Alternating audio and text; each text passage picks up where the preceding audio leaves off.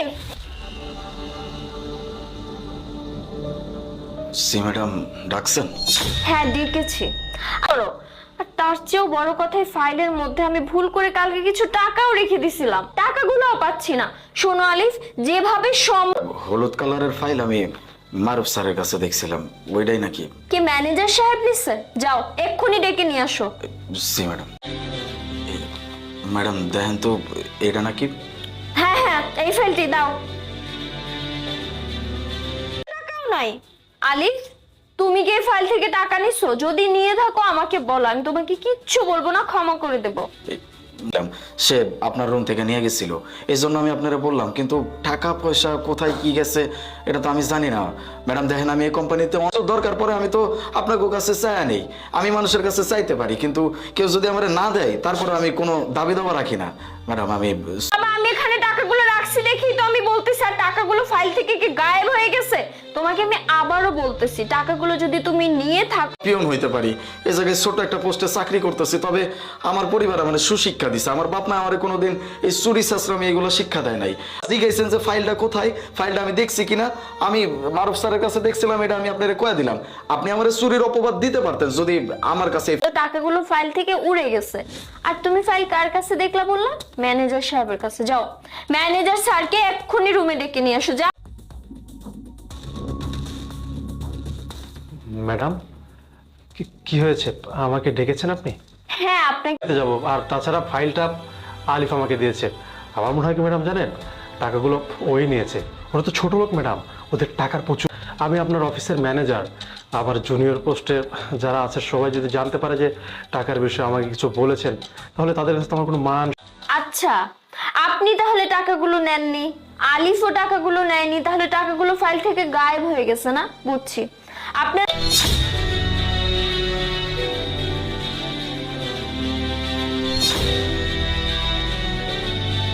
টাকা চুরি করছেন, আমি আপনাকে ক্ষমা করে দিছি, কিচ্ছু বলিনি।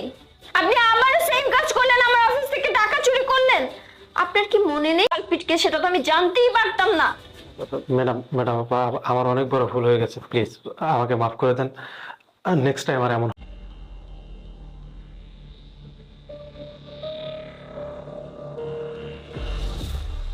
আলিফ, তো এনো, আর এই নাও অ্যাড্রেসটা। এই অফিসে না আমার কাউকে ট্রাস্ট হয় না, সবই তো দেখছো, কিন্তু তোমাকে আমার অনেক বিশ্বাস হয়, তুমি অনেক বিশ্বাসী একটা ছেলে। আর আমার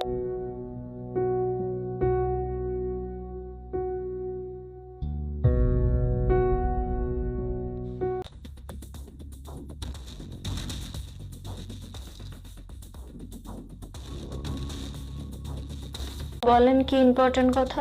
আসলে ম্যাডাম ম্যাডাম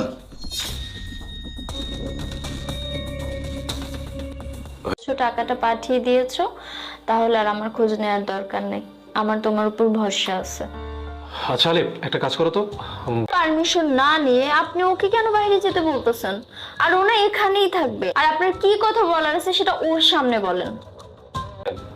একা একা এত বড় একটা কোম্পানি সামলাচ্ছে, আপনার তো বিয়ের বয়সটা মোটামুটি চলে আসছে, আপনি বিয়ে শাদী করে নিলে। কথা দরকার নাই তো, আমার বিয়ে আমি ঠিক সময় করে নেব, আর আমার বিয়ে আমি আমার চয়েসে করব, আপনার কথা মতো না। এত বেশি চিন্তা। আমি আপনাকে অনেক দিন থেকেই চিনি, অনেক দিন থেকে জানি, একই অফিসে আমরা কাজ করছি।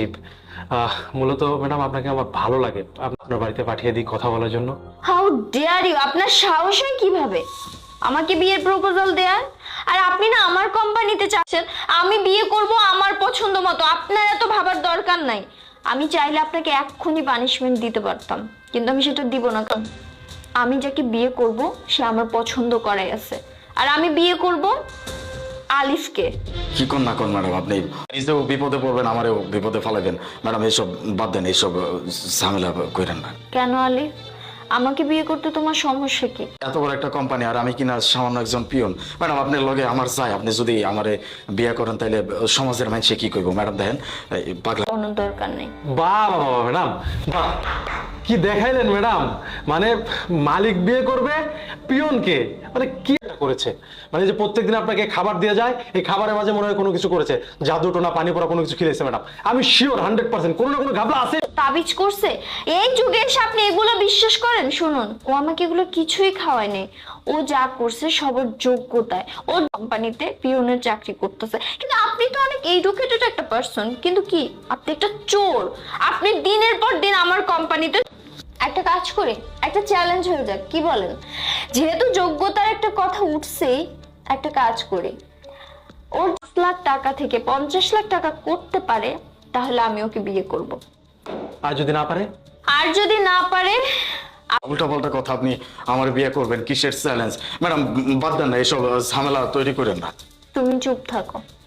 আর শোনো আলী, এই টাকাটা তুমি নিয়ে বেরিয়ে পড়ো।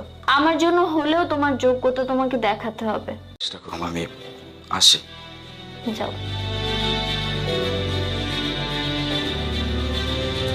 ঠিক আছে ম্যাডাম, আর আমি দেখে নিব যে ও কিভাবে 6 মাসের মধ্যে সাকসেস হয়। আর এই 6 মাস আমি একটা টাকা আপনার কাছ থেকে বেতন নেব না, কথাটা বলে গেলাম ম্যাডাম। আসসালামু আলাইকুম ম্যাডাম, আসবো? আলিফ, ভিতরে আসো। আচ্ছা, আমি যার জন্য তোমাকে পাঠাইছিলাম, তুমি কি সেটা করতে পারছো? কি হলো আলিফ? চুপ, একটু ভিতরে আসেন না।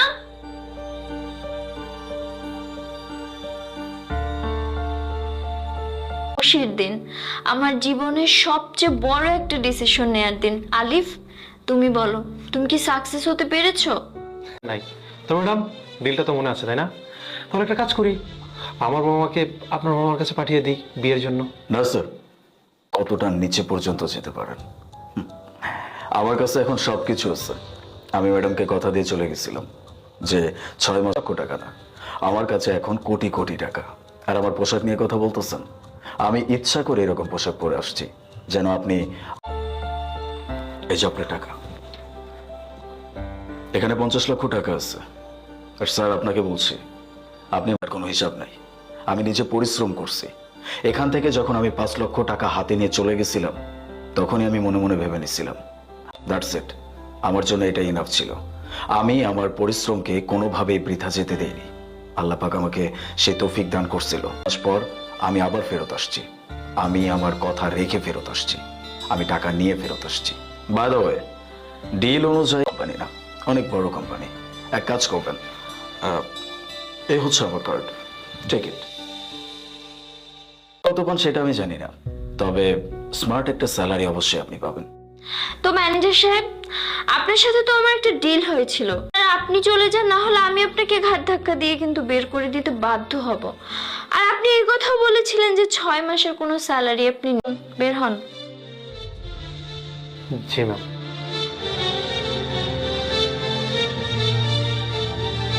আমি কিন্তু আপনার হবু বউ, আর বউকে কি কেউ কখনো ম্যাডাম ডাকে? আর এতদিন অনেক কষ্ট করেছেন, পরিশ্রম করেছেন, এখন আমার বিপদে আপদে তোরাই তোমার পাশে ছিলি, আর তোদেরকে তো পাশে পাইতে না। যেহেতু অনেকদিন পর দেশে আসলাম, তো একটা কাজ কর, আমাদের যারা বন্ধু বান্ধব আছে না, মানে বউ শাশুড়ি তো একেবারে গ্যামজাম গাজাগাজি সবসময় লেগেই থাকে, কিন্তু আলহামদুলিল্লাহ আমার বউ আমার মার সঙ্গে একদম বান্ধবীর মতো করে চলে। এই খালা যাবেন?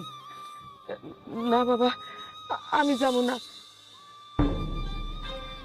আপনার কণ্ঠটা দিন দেখি নাই, আপনি আমারে কোনোদিন দেখেন নাই, আর একজনের মতো তো আরেকজন হইতেই পারে।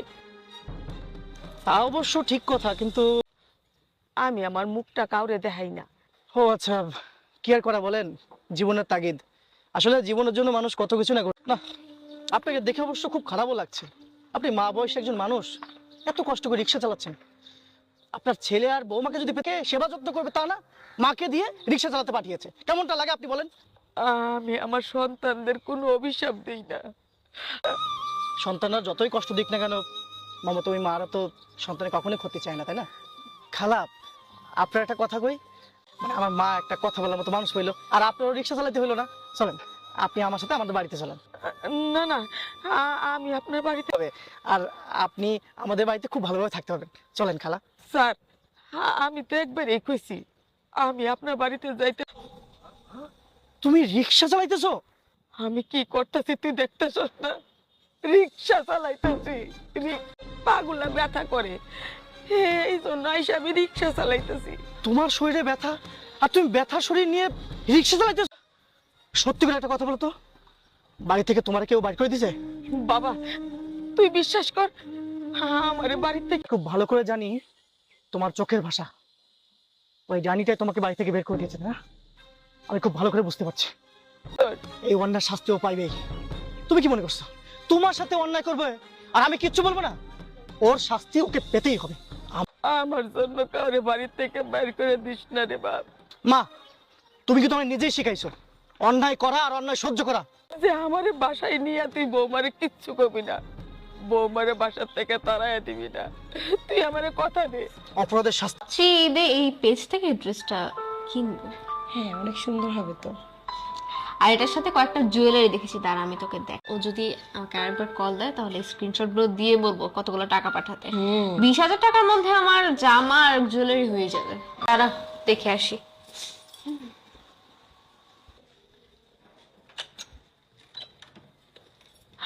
তো ভিতরে আসো, চলো। একবার বলে আসবে তো নাকি? জানলে তো আমি তোমাকে অন্তত এয়ারপোর্টে নিতে যেতাম। দুলাভাই হঠাৎ করে চলে আসলেন বিদেশ। আমার মা কোথায়? মা তো বুড়া মানুষ, এখানে ওখানে গল্প করতে বসে, বান্ধবীদের বাসায় ঘুরতে যায়। তুমি মিথ্যা কথা বলার চেষ্টা করবি না। আমি জানি আমার মা কোথায়। দেখতে চাস? দেখতে চাস তুই? মা, এই হচ্ছে আমার মা। এই হচ্ছে আমার মা। তুই আমার মাকে বাড়ি থেকে বের করে দিয়েছিস। ক্ষুধার তাড়নায় 2 মুঠো ভাতের জন্য আমার মা রিক্সা চালাচ্ছে। ছি, একজন ভাই দেখেছে। আমি এখন পার্লারে আছি, আমি এখন মার্কেটে আছি। আমি বাসায় গিয়ে আমার মাকে ফোন করে দিবি তুই। আমার মা আমার সঙ্গে ফোনে কথা বলতে পারি না হয় তুমি চালাবো, কিন্তু বাকিগুলো কোথায়? কেউ কথা বলছিস না কেন? বাকিগুলো কোথায়? দুলাভাই একটা আমি আমার বয়ফ্রেন্ডকে দিছিলাম। আমার মায়ের জন্য আমি আগের যুগের মানুষ মোবাইল ফোন চালাতে পারে না, তাই তো? মোবাইল ফোন চালাতেই পারে না, তাই তো? অথচ এই মা দিনের পর দিন মাসের পর টাকা নষ্ট হয়, তাই না? টাকা নষ্ট হয়, আরে সেই টাকা তো আমি রোজগার করে দিই তোদেরকে।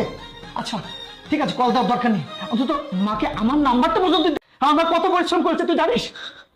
তুই তো জানিস না। আরে ছোটবেলা থেকে কোলে পিঠে করে মানুষ করেছে এই মা। আমার মুখে খাবারটা পর্যন্ত আমাকে বড় করেছে, তিলে তিলে এই পর্যন্ত নিয়ে এসেছে। আর আমি যখন প্রতিষ্ঠিত হই, আমি যখন অর্থ ইনকামের জন্য বিদেশে যাই, তার আগে আমি মাসের বয়সটা ওটা কিন্তু ভালো রাখতে চেয়েছিলাম, কিন্তু তুই কাল লাগিনি আমার মাকে ভালো রাখিসনি। তুই এটা কাল লাগিস, তুই যাইনি একদম নিজের মায়ের মতো করে সেবা করে। এই তো নমুনা না? এই তো নমুনা? তুই আমার মাকে এই দেখে তোর কাছ থেকে আমি আশা করিনি। আমার মা এইটুকু ভাতের জন্য কেন?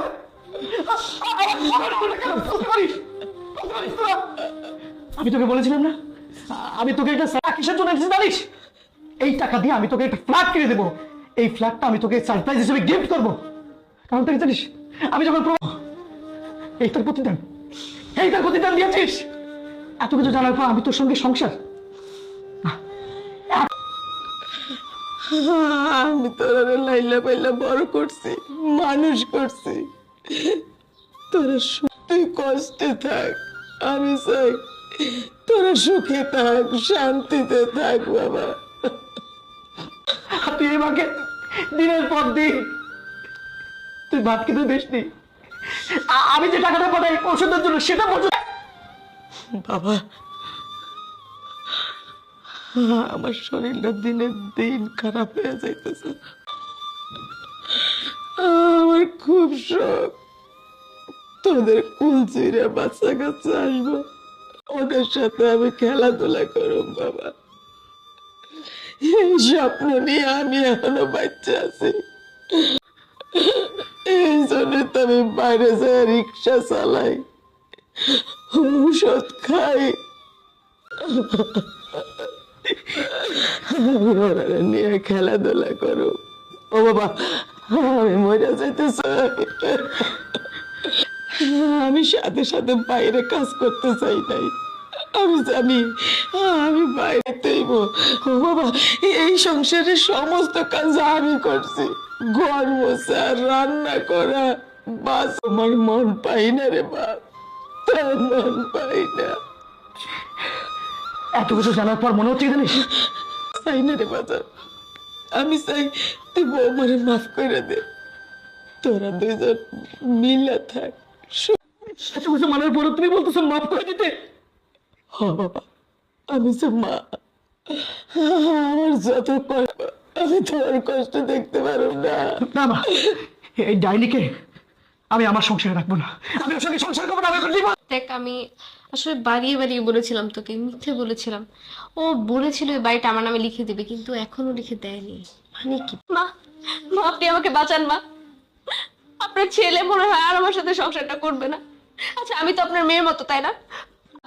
ও যদি আমাকে বাড়ি থেকে বের করে দেয়, আমরা দুই বোন তো পথে বসে যাব। হ্যাঁ বাবা, তুই বৌমারে মাফ করে দে বাবা। মামা, আরে আমরা প্রবাসীরা কত কষ্ট করি তুই জানিস? তোদের কাছে রেখে যে আমার মাকে, আমার বাবাকে, কি যে চলো জানিস? আমার মা, আমার বাবা যেন ভালো থাকে, এগুলো তুই তোদের মতো করে মানুষ করিস। অথচ আমার এই যে বুড়ো মাটা আছে, তার কোনটা লাগবে, ওষুধ লাগলো, কোনো আমার বাড়ি থেকে বের হয়ে যাবি, বের হয়ে যা। এই দুটো, তোর দুইজন মিলে বের হয়ে যা, বের হয়ে যা। তুমি আমাকে বের করে দিলে, আমরা মাকে বের করে দিয়েছিলি, একটা বার কি ভাবছিলে তুই আমার মাটা কোথায় যাবে, কোথায় খাবে, কোথায় ঘুমাবে? একটা বার ভাবছিলি? আমি তো মানছি আমার ভুল হয়ে গেছে, প্লিজ তুমি আমাকে ক্ষমা করে দাও। এই সামান্য ভুলের জন্য দয়া করে আমাকে এত বড় শাস্তি দিও না।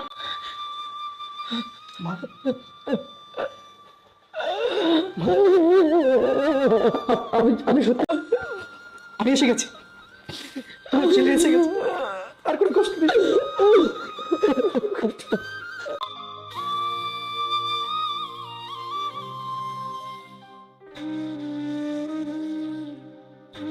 শালিকা, হ্যাঁ, আমি তোমার বোন, আমি তোমার শালিকা বলছি। তোমার বোন কোথায়? আমার বোন আর কি করবে, আসছি। ও তাহলে তো খুব ভালো, থাকো কয়দিন। শুনে না ভাইয়া, আপুর অ্যাকাউন্টে কিছু টাকা পাঠান, আপুকে নিয়ে একটু ঘুরতে যাব, আসলে বলছি। ভালো থাকবেন, আল্লাহ হাফেজ। আল্লাহ হাফেজ।